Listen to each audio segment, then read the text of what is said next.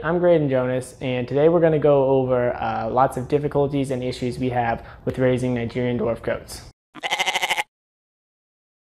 I was raised on the farm here, and I've been raising all the baby goats since 2013. So it's been like 8 years where that's been my job to take care of raising all the baby goats here on the farm. And I've learned a lot about keep them alive and all the different issues that they have growing up.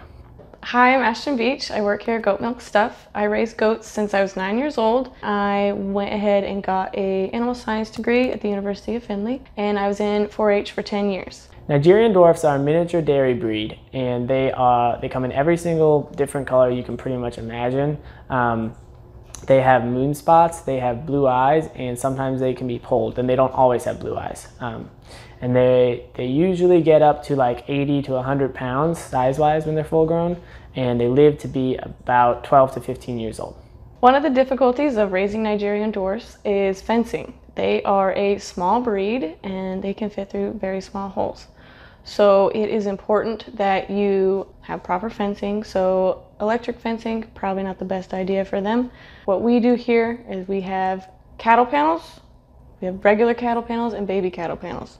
So the regular cattle panels are great for the adults. The baby cattle panels are good for the babies because they can fit through the regular cattle panels. So if goats get out of your fencing, they can go out on the road and get hit by a car, or they can get into feed that they're not supposed to eat, or they can just destroy, everything in your barn. We've had that happen with, bad fencing and goats getting out. So one of the issues we have a lot with the Nigerian dwarfs is overeating. They will, because they're smaller, they like to eat a lot to try and last longer in between meals. And they will just eat too much milk, or even as adults, sometimes they'll gorge themselves on food. So you have to make sure when you're raising them that they don't eat too much, because it can cause them to bloat or cause them to have diarrhea. And so when you're raising them as babies, you really want to make sure you don't give them too much milk. As adults, you just have to watch anytime you're changing feeds that they don't have too much access, because they can eat too much and bloat.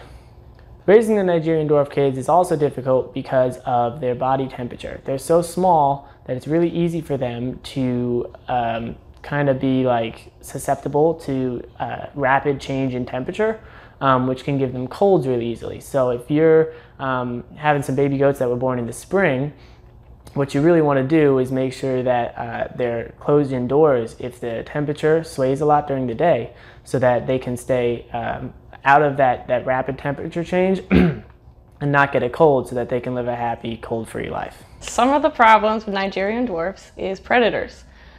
There are foxes, coyotes, and the most dangerous one is domestic dogs. The reason domestic dogs are the most dangerous one is because they don't necessarily want to eat them, they just want to chase after them and play with them. And then that causes the goats to be very stressed, and then they die. However, you can prevent this by having proper fencing or having a guard dog.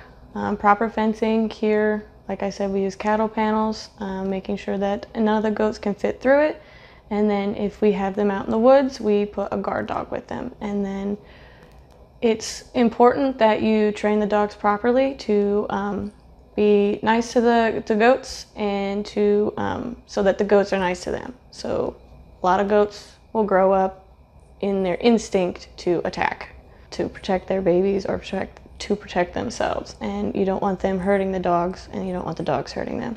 So it's very important to make sure that you get them to live or coincide with each other, and then you will have a happy herd. Another difficulty we have with the Nigerian dwarf goats is their stomach size, actually. So a kid or a mom will have typically anywhere between 1 and 5 kids, and when they have more than 2, there's more kids than there is teats on the goat. So we might have to start supplementing or taking the baby away to bottle raise it. And when that happens, we have to feed them really regularly, because their stomachs, they're not meant to hold large amounts of milk.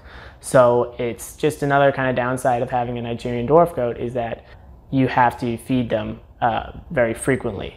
But when you do, they grow up really healthy and strong.